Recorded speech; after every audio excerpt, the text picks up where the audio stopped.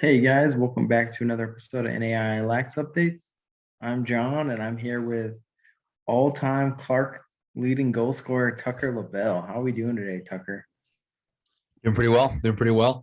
We're gonna full disclosure, everybody, for the sake of John's job productivity and necessity for sleep. We're going to make this a short, and we say short now. However, we know it's probably going to be still a couple of minutes long type podcast. But we have a lot of content to go through. I got some pretty bad turf burn. It's a good weekend. Lots of stuff going on, lots of lacrosse, and a whole lot of NAI lacrosse fans out there making themselves visible on Twitter and in person to both of us. So shout out to you guys. That's exciting. Without further ado, though, like I said, we have a whole lot of stuff to go through. So we'll jump right into it. John, you want to take it away with these scores to start it out? Yeah, so this is just kind of the beginning where we talk about, I don't want to say the less important games, but maybe the ones where not as much was on the line in these ones. So, and even these ones, we have a lot. It seems like every team in the NAI played this weekend. So, starting off, we had Dearborn taking on Aquinas. Aquinas won 17-7. And jump in anytime, Tucker, if you want to talk about anything.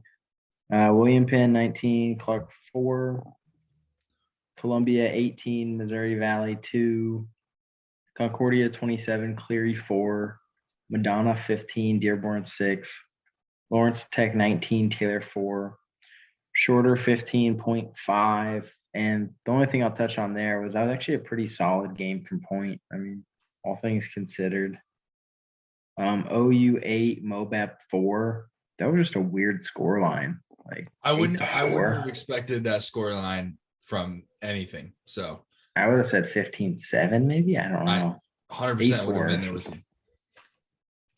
Kaiser 18, SCAD 5, Missouri Valley 2, Ambrose 17, Siena Heights 16, Taylor 4, Lawrence Tech 25, Cleary 1, Dearborn 13, Concordia 6, Weber 14, SCAD 7. I'm pretty sure this one will all but eliminate SCAD from the AAC tournament. I mean, unless they stun T-Dub next week, which I think their only way in now, I believe, is to beat T-Dub. And I don't see that personally. No. T-Dub's on a roll, and I'm not going to say SCAD's having a bad year. They're just having a tougher year, and that's just those teams are in two different spots right now. Yeah. William Penn 14, Midland 2. That was a little bit more one-sided than I thought it would be going into it. Just Midland being kind of a rivalry for them. I thought Midland would really get up for this one. Yeah, I was a little surprised by that, just as far as kind of seeing where the KCAC shakes up now with the kind of the lower teams, us included, qualifying, who's going to qualify for conference. I did expect that score to be a little bit different in that game. Yeah, for sure. And then Benedictine 20, Mobap 3, Ambrose 14, St. Mary 1. Gotta imagine Ambrose kind of taking the foot off the gas a little bit in that one, which I like to see actually. Yeah. And then going on to the games that we're talking a little bit more in depth on. These ones are really interesting. I wish I had gotten to see more of these. These were on most of these games were like Wednesday at like 1 p.m. and stuff. So it's just super early in the day. You can see a lot of this one. UC 13, Tennessee Wesleyan 14 in overtime. I guess, guys, if y'all haven't been paying attention, I don't know how you would have missed this one, but T-Dub's been on fire. Some people were saying it's a bit flukish. Guys, it's not a fluke. And I think me and you already understood there's nothing flukish about it, but I think everybody else now kind of understands what it is. And this was a big one. I mean, T-Dub has essentially either clinched first or second in the AAC, depending on how their game with Reinhardt goes this week. And that's big because it comes with the first round bye in the tournament. Yeah, no, I agree. Yeah, that's shout out, Austin in goal, Austin Hall. great one there. Shot me a really nice message the other day supporting the podcast, but good chatting with him a little bit and seeing where their team's at. T-Dub, they're a machine right now, man. There's no other way to say it. They're in a very, very good spot momentum wise going into postseason. I mean, you couldn't write a better spot for this team to be in right now going into the postseason. So it's really good to see for those guys. That was a battle. I think you and I picked two different teams in that game right there, as we expected to see, and T-Dub came out on top, which is really cool to see there. Yeah, just some quick stats on that one. For Cumberland's Fogarty had 5 goals, 3 assists. Vanover 3 goals, 1 assist. T-Dub Greco doing his thing, 6 goals. Steen 2 goals, 2 assists, and as we said, Hall came up big. He had 20 saves. That was probably the real difference maker in that one. Yeah, no, very much so, very much so. And then one final question based on this one. I feel like T-Dub's borderline locked into nationals at this point. Like, I hate saying that because it's still like a little bit left, but like, John, if T-Dub's not at nationals, I will riot on lacrosse Twitter. I will join that campaign. I mean, I would be beyond shocked to not see them in nationals because I want to see them in nationals. I agree with you on that one. Another fun one from that day: Aquinas 7, Indiana Tech 11.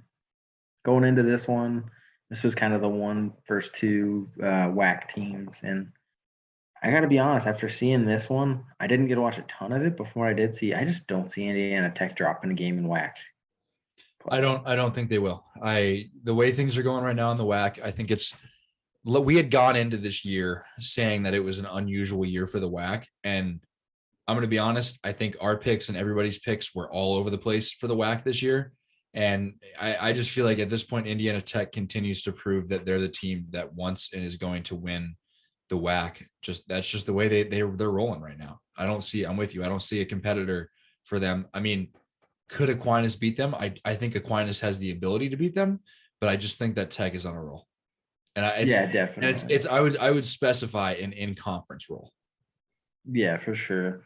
And then one of the big takeaways on this one was they held Haggart, who we all know is a stud, arguably the best attackman in the NAIA, to 1 of 18 on shots for that one. So I don't know if those stats are wrong because that just seems like absurd. But if that's accurate, that's impressive holding someone like that to a number like that.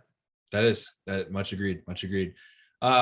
Moving on down the line to some more WAC play right here.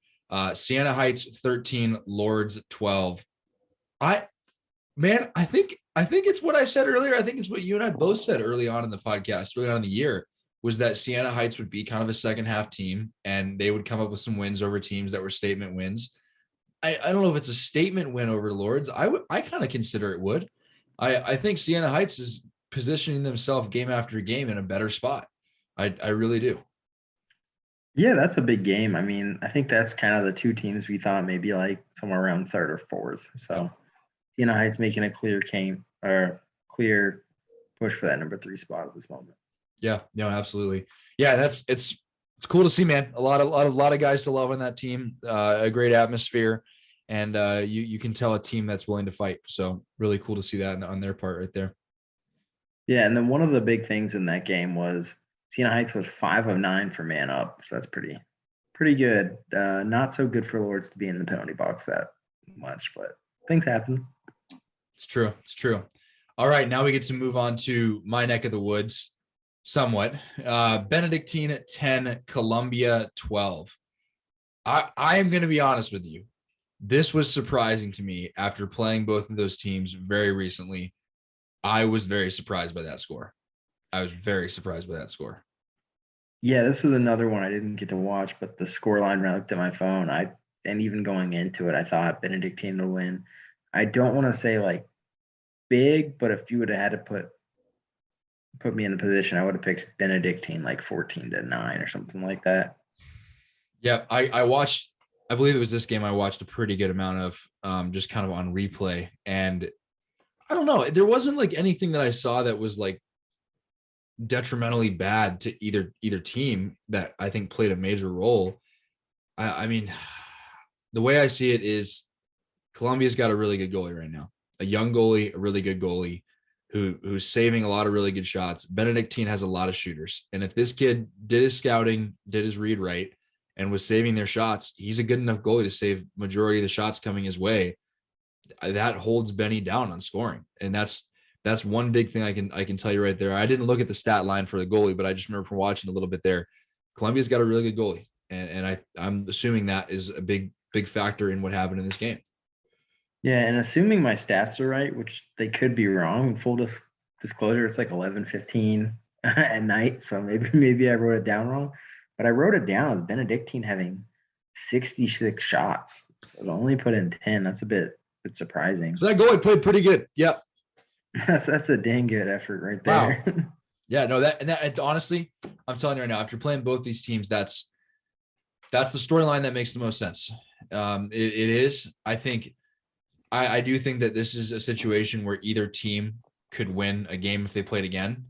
I think that they're not equally matched in areas, but they balance each other out in opposite sides, I would say, in their playing style right now. Both are running gun teams and both have strengths, both have weaknesses. That's a big score though. That's a big game for Columbia to win right there. That changes a lot, I would say. And I just have a quick question for you, especially coming from the KCAC perspective. I guess from a bit of an outsider, like, to me, it seems like that, I don't want to say that win was bad for the conference, but it kind of complicates it when you're looking to try and get in a second team. I kind of had Benedictine or Ottawa picked as, all right, maybe one of them makes it in as the second KCAC team, where now I'm like, Columbia just kind of, I don't want to say ruined it, but spoiled it a little bit for Benedictine, where now I'm like, Absolutely. If they beat Ottawa, things get really wild.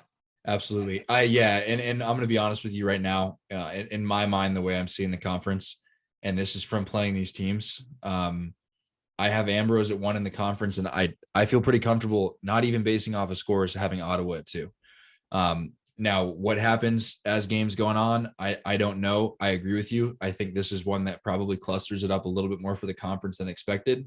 If Benny came out with the win in this game, things would kind of go the direction that people expected or, planned for. I do think that this win, it's a bit of an upset, especially in a year we're in right now, but even more so, it shakes up standings in a pretty substantial way. Yeah, for sure. This was another shocker. I mean, this was played on a neutral site. St. Andrews 8, MVNU 10. Did you see this one coming at all? I mean, it's not like, I guess not the biggest shocker in the world, but like, if we would have talked preseason expectations, we're talking about one team I would have picked in the top 15 versus another. I just flat out wouldn't have, honestly. I'm not going to say I'm shocked. I'm impressed. I would say I'm impressed. Do I think St. Andrews should have been getting voted where they were to start out? No, I don't. I think maybe somewhere in the region, but I just don't think they were where they needed to be, which there's nothing against them for that. I think MVNU, when they're healthy, is a very good team. And I think that they've gotten a lot of wins against D3 teams this year. Their momentum has been good. They've been scoring a lot of goals. If you look at their scores, they've been putting in a lot of goals. And I think they came to play. My Ohio guys came up, played in some good weather and some warmer weather. They had a little road trip out of it. They got to play a new team that was out of conference, out of area. That's an exciting thing. I would assume the momentum was really, really going their way in this game. But that's not. I think this week is full of scores that we wouldn't have expected, or at least just couldn't have foreseen. And that's another one. I'm not shocked, but like I didn't see it coming. Yeah, agreed on that one. And then moving on, this game I was at, this one was a pretty fun one. Cumberland's 8, Reinhardt 9. This was probably the biggest game this weekend, just from national perspective, definitely from AAC rankings. I guess before I talk about like what I saw there, what did you see in this one? I think I saw exactly what we had said, and especially you had said when they're playing. When Reinhardt is playing at home in a home atmosphere, it gives them an edge. And that's what it looked like here. It was two really good teams playing against each other. I know some things didn't really go the way people expected them to go in certain areas, but I guess from everything that I saw, I heard a little bit of saw little highlights and everything. It's the game we expected. It's a 1-goal difference. There was no chance this was going to be a blowout on either side. Both teams came to play. 1-goal difference with 8 and 9 being respective in their goals. That makes all the sense in the world. That's how you'd write a game between these two teams. What was it? What did you see there? What was that? What was the atmosphere like, man? How wild was it? Anybody fighting in the stands? So there was no physical fights that I saw, but there was a ton of arguing. Like, Good. yeah, it was entertaining. I mean, so for those of you who don't know, like Reinhardt sometimes charges for the games, but like only if you go in the stands. So there's like a net behind like the nearest cage. And so most of me and the alumni camped out behind the cage, and it just so happened that was the one that Pork Chop was in at the start of the game. So that was fun. Not so much me like bickering because I don't really do that, but of course, all my former teammates were definitely letting him know their thoughts and feelings, which was pretty entertaining. But I mean, it was a great game. I mean, both goalies played really good. I know I've been a little critical on the Reinhardt goalie at times, but Liam balled out this game. I'll give him that, like, especially down the stretch. Put up some big saves. At one point, Cumberland's I think got up 7-4, and my brother went to the bathroom for like a minute, and he came out and it was 7-7. He's like, "What did I just miss?" And I was like, "I don't know. But we should put in 3 in like 2 minutes." Wow.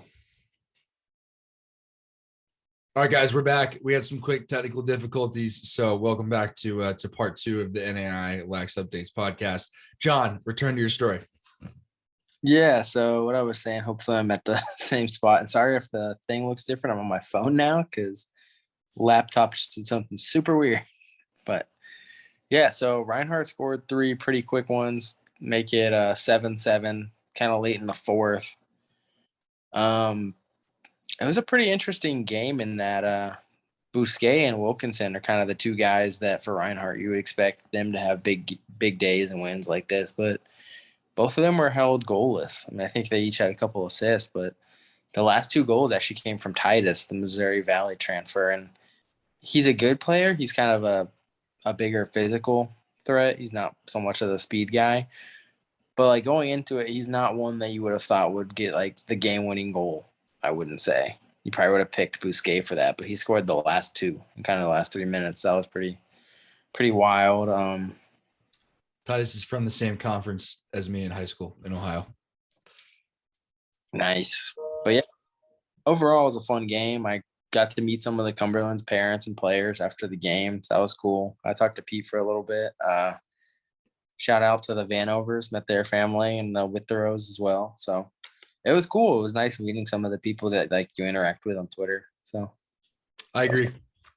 I'll echo that to the William Penn parents who came up and made a point to compliment the podcast and what we're doing. Shout out to you guys and all their players. Specifically, you know, they were a great team. Just really, really fun to talk to.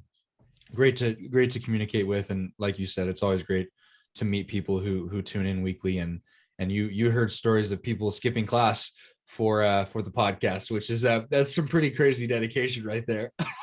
Yeah, that's insane. I mean, guys, go to class, especially. I'm not going to mention who told me that, but they said it was an accounting class. And as a business major, like if I missed one accounting class, I was like so in over my head the next one.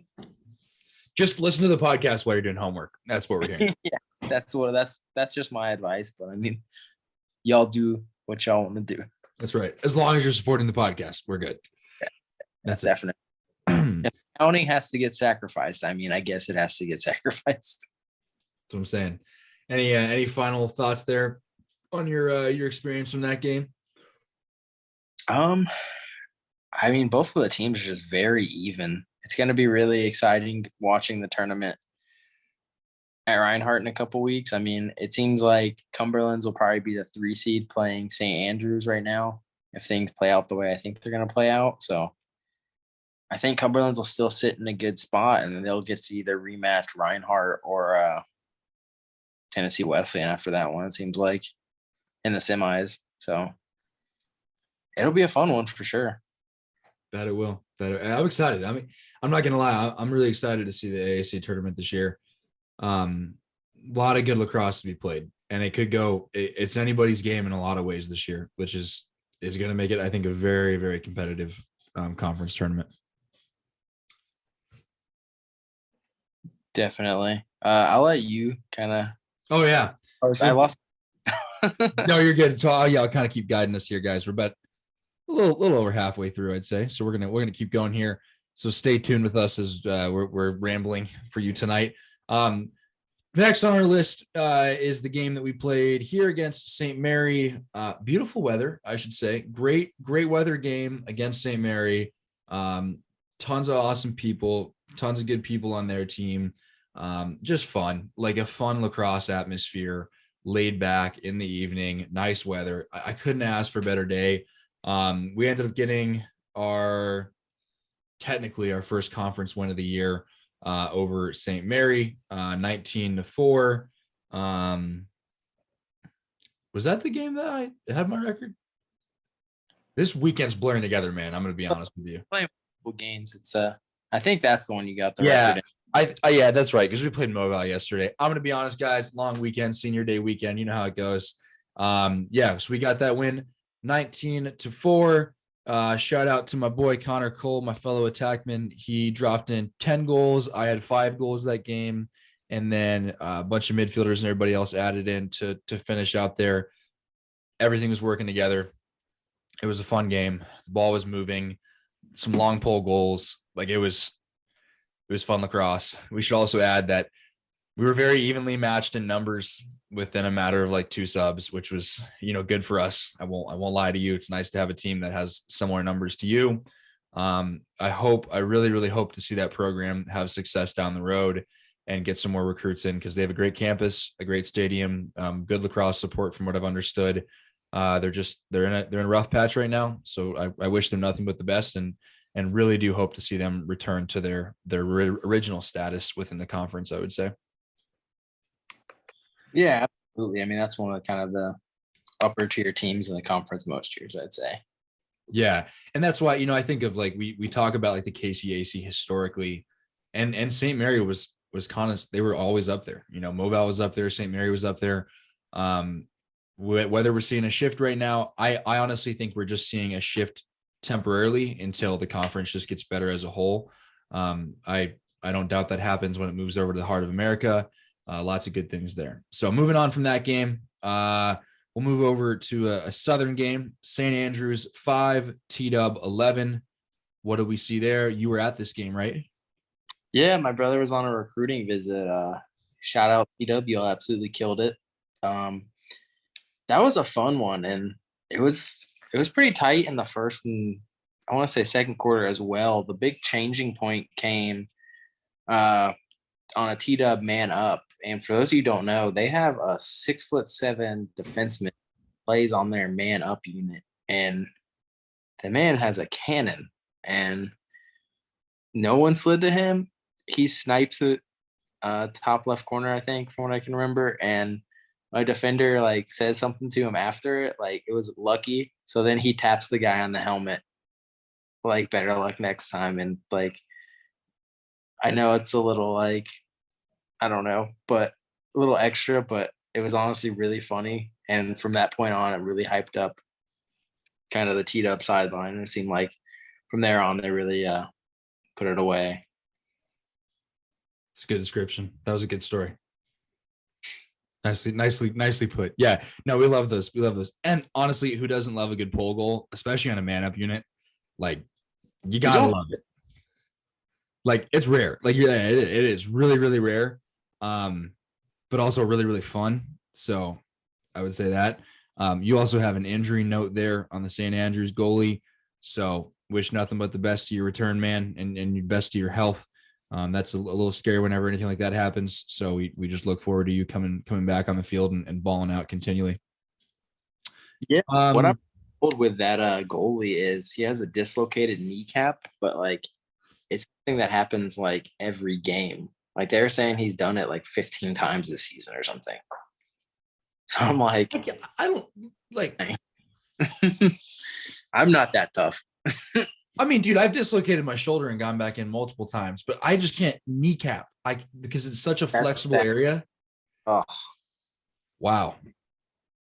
That's tough, man. What a trooper. Wow. That's note of the day. Okay, moving on. Indiana Tech 20, Lords 5. Wow. What did you see? I hadn't seen that score. I wasn't paying attention enough in the week to see that score earlier. I guess Indiana Tech just ran away with that one. I'm a little surprised by that, though, to be honest with you. Yeah, so was I. I didn't get to watch that one. That was during the teed up game, but just checking my phone kind of every once in a while, keeping up with the score, and it got out of hand quick. I mean, I think they put up 5 or 6 first, and they just really never looked back. I mean, that's wild. And I mean, we're looking at the scoring was shared across. It wasn't necessarily one person scoring. I mean, you have one player with 5 goals, 2 other players with 4 goals. The scoring was shared, which is always good to see in a score like that. It's not just the same person continually dumping it. I'm a little surprised by that. And it's no knock on Lords at all. I guess maybe I'm underestimating Indiana Tech's offense when they get rolling, where they see an area that they can attack on. That's really interesting though. So we'll move past that one. Aquinas 17, Madonna 10. What'd you think about that? Yeah, I thought it would have been a little bit closer. Madonna just has such a good goalie that I was surprised that they're able to put up 17. I mean, Aquinas, again, no slouch on offense by any means, probably the best attack line, arguably. But yeah, I just thought it would be a little bit closer. I probably had Aquinas winning by maybe 3, but I don't know, 17 goals, that's a lot. That's a lot. Again, that's another WAC team that when they get on offensive roll, it's hard to stop. It really is, which is crazy to see there. And Haggard did bounce back in that one. I think he had over 5 goals. So yeah, 5 goals, 2 assists. That's definitely a bounce back, I would say. It's good to see. Moving on down the line was our other game yesterday. Boy, let me tell you guys about this game. Let me take 30 seconds to tell you about this game. We played St. Mary, beautiful weather, tons of fans in the stand, sunset, lights on, the whole 9 yards. I'm talking a perfect lacrosse atmosphere, like a late fall feeling night, and just packed, like absolutely great. Then we go to bed, all sore and such. Wake up the next morning. I have like 4 texts on my phones from buddies of mine. Yo, is the game still on? And I'm like, what are you guys talking about? Like, it was beautiful last night. What are you talking about? I get up, games that originally was going to be at 2. I think I got up like 10.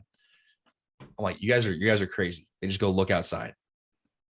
I open my window and it is a giant snowstorm. I am not kidding. I went from beautiful lacrosse weather to a snow-covered field. I'll pull it up here. This is after the field got cleared, guys. This is post-field being cleared. And you can see how snow-covered that field still is. That's what we played on right there. That was playing conditions for the game yesterday. And I mean, it's remarkable that we played yesterday, considering this was the view right here, guys, when I woke up to Iowa lacrosse yesterday morning. So we got hit with snow. We had our fun little senior night in the snow. I've never played on a field that was that snow covered. And that was after facilities put in like 2 hours of snow clearing operations in the field. Still a great crowd on hand. We got the senior night victory over Moval. Big one, honestly, in my heart. I've never beat Moval or St. Mary. Those are 2 first wins for our program against those 2 programs. So that's pretty exciting there. It was a 9-7 final. Again, 2 teams with the exact same numbers and the exact same amount of subs. So that was nice. But I got to say, shout out to the Moval guys. That was the most enjoyable game I've played in a long time, where people were picking each other up from opposite teams, not pushing each other down. Guys were joking with each other, having a great time. No one was talking crap to each other. Everyone was enjoying it. They were all joking about the snow. I'm talking the most lighthearted, enjoyable game between 2 conference opponents and somewhat rivals historically. So really, really fun to have that happen. And, you know, a lot of good friends of mine on that team. So great senior night, great atmosphere, crazy snow. but that's the senior night story. The first Clarke win over Moval, though. So let that be heard. Pretty pretty excited about that one. Had a few more goals in that one, and Connor had a few more goals in that one as well. Everything was just really rolling well the past 2 games. But I will say, man, we're sore now. We're definitely sore. So that wraps up the game scores for the week there. Now we get to go into our very fun segment of our weekly picks. John, Tennessee Wesleyan and Reinhardt, who do you have? I can't lie. Like, usually I would be all Reinhardt in this, but like, I'm really tempted to pick Tennessee Wesleyan. Like, just seen obviously Reinhardt, Tennessee Wesleyan, and Cumberland's in the past 3 days. And while I think like if we were to do a pickup game, like backyard, me and you picking guys, like the first couple of picks might come from Reinhardt or Cumberland's. I think you'd find like more so of the mid-tier guys would actually probably come from Tennessee Wesleyan before the other 2 rosters. So I think that's definitely something to keep your eyes on. Like Tennessee Wesleyan is a very good program right now. I'm going to take Reinhardt in a very close one, but I mean, if they even play their B game, they're losing flat out. They got to play their A game. I'm taking the opposite. I'm taking the exact same reasoning you have, but I'll pick the opposite. I'm taking T-Dub.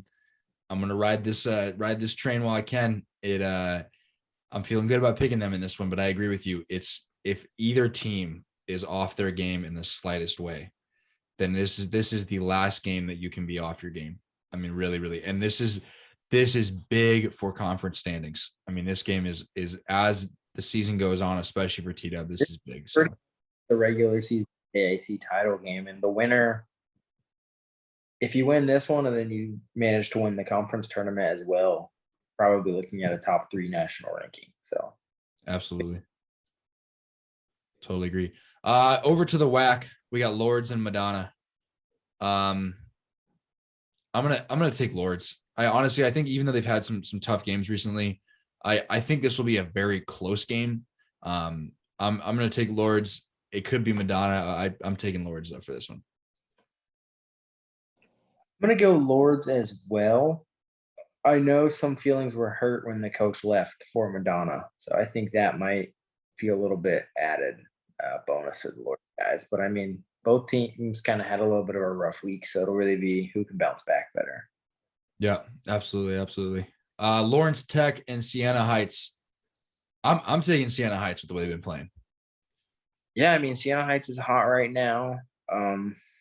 Do I think Lawrence Tech could win this game? Absolutely, but I'm gonna go Siena Heights as well. Like it.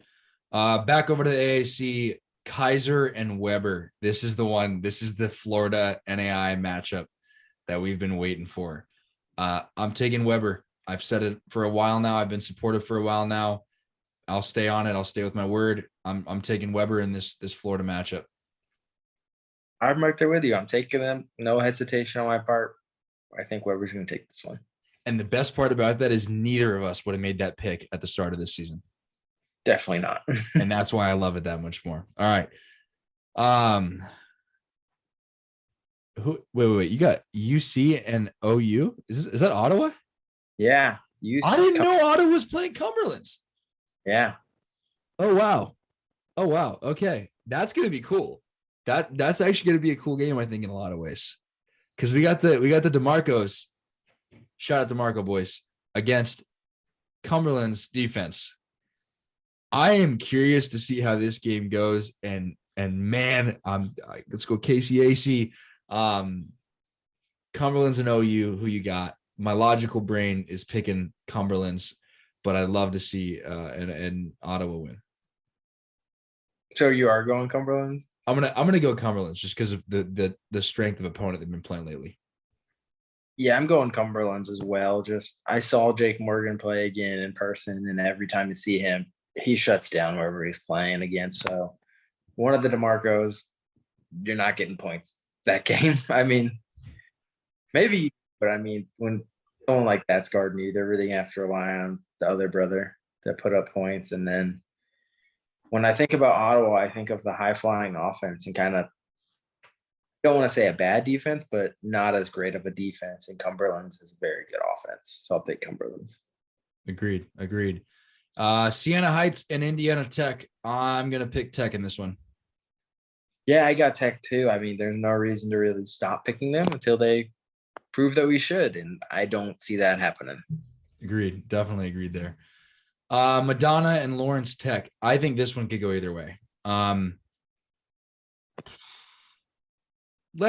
take Tech. I'll take Lawrence Tech in this one. Yeah, I mean, if someone asked you to bet money on this one, just don't do it. It's a bad. It really is. It really is. Since you took Lawrence Tech, I'll take Madonna. That's how we'll settle that one. But either way, I like it. And then we got another UC against KCAC matchup. Cumberland's taking on Benedictine. I think this could be a fun game. Again, I'm sticking with my pick for Cumberland's in this one as well, just because of the way that their schedule has gone so far. However, I'm not counting Benedictine out in this game because while they're streaky at times, if their offense is hitting the net and the goalie is not saving it, I doubt Porkchop's going to, shy away from any goals. But when Benny does get their goals on net and they're hitting the corners like they do a lot of times, it's hard to stop their scoring. So I'm not counting Benny out, but again, logical mind, I'm picking UC. Yeah, I'm going UC as well. I mean, if Benedictine had maybe beaten Columbia, or if they had blown them out, maybe it would be a little bit more difficult for me. But I mean, do I see paths to victory for Benedictine? Absolutely. But I'm going to have to go with Cumberland's on this one. So hear me out. If Cumberland's drops either of these games to KCAC teams, how does that shake up national standings?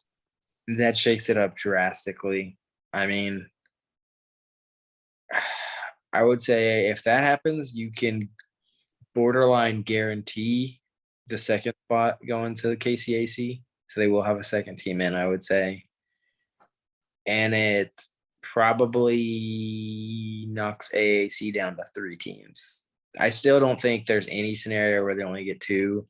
I'm one who's convinced that they have 4 making it almost no matter what. But this would be one of the scenarios where I think they would only get 3. I think it would really make the conference tournament a little bit more important because, I mean, after the week Cumberland's had, and there's no disrespect losing by 1 goal to Tennessee Wesleyan and Reinhardt. Like, those are all 3 of those teams are right near the top of the league. But I probably have Cumberland somewhere around 5 or 6 right now.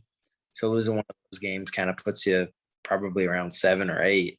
So then it really comes down to them, Weber, and Kaiser as well. It's true. I agree. All right. So that finalizes our picks for the week there, folks. You're okay. I see your note here about the AAC starting to finalize. You got number 1 in the conference is the winner of the Reinhardt T-Dub game.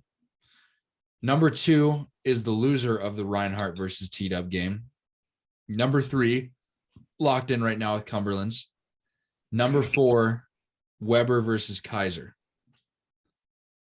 That's interesting because this is where it comes into play. Like we talked about last podcast, how many teams get in from the AAC? And we had pretty much said right away, it has to be at least 3 teams would get in from the AAC the way things are going right now. So any way you look at it, that's probably going to be Reinhardt, T-Dub, Cumberland's. That's 3 right now. But that's where this other game between Weber and Kaiser really comes into play. Because if the 4th team situation works out for the AAC, which it very much might, then that's between Weber and Kaiser. That's an in-state rivalry game that is also going to be determining a national position type thing, which is crazy to say, but man, that's cool at the same time. Then we move down. It looks like St. Andrews sits at 6 right now in that ranking. And that's, what is it? The top 6 teams get into the conference tournament. Yeah, top 6 make it. 1 and 2 get buys, and then whoever's 1 gets the winner of 3 and 6, and then vice versa for the other. Nice. Well, you got any other thoughts on the podcast for tonight? We're sitting right about 40 minutes, guys. Again, we're taking a little bit of a shorter podcast. I had a meeting run late, and we're starting things off a little later tonight. Special shout out to all you guys out there who showed love to both of us the past week. We've really enjoyed talking to all you guys about the podcast. It is remarkable to think that we started this podcast 15 weeks ago. I mean, yeah, I mean, it hasn't been that long. Like, that's I'm what? Yeah, I think this is episode 16, which is remarkable. Like, that is absolutely crazy. Started this over winter break, was back home in my parents' basement. You were in Georgia. We're zooming from different locations. Now we're back at it. We've almost concluded a regular season now, which is wild. Like, here we are. We're getting into conference tournaments and then nationals. Guys, just expect the podcast content from here to get that much cooler and that much better. Obviously, once playoff season starts, then we're going to be doing a lot more detailed insight for those games because we'll have less games to look at essentially as well. And again, we'll get in whoever's ear we need to get into. Man, get us to nationals and we'll come live broadcast a game. Shoot, you want us to broadcast a game? We'll Zoom broadcast a game if getting us there is an issue. We know it can happen. But we'd love to be involved in whatever that may be. Just really, really, really, really cool. Can't restate it enough how much it means to us hearing from you guys about the podcast. And you hit 3,000 on Twitter. So big congrats to that as well. Long time coming there, John, but 3,000 is a pretty good chunk of the NAI lacrosse community right there. Yeah, I mean, I've kind of been joking around that we may be over the capacity for NAI. How many players do we have in the NAI? Definitely not 3,000. Not even close. I mean, it's nice because it's continued growth, but I'm realistically, how many more people can we get? But I mean, hey, I'm enjoying it. It's been fun. I mean, it'd be nuts if one day it hits 10,000. That would be insane. I know it's got a ways to go, but if it ever did hit that point, that'd be wild. That'd be awesome. That would be awesome. That would be very awesome. But hey, the NAI will get there. We're both confident in that. So that's the good news for you guys out there in the lacrosse world. Is it only goes up from here. It really does. That's all. Is good night, guys. See you guys. Take care and have a good week.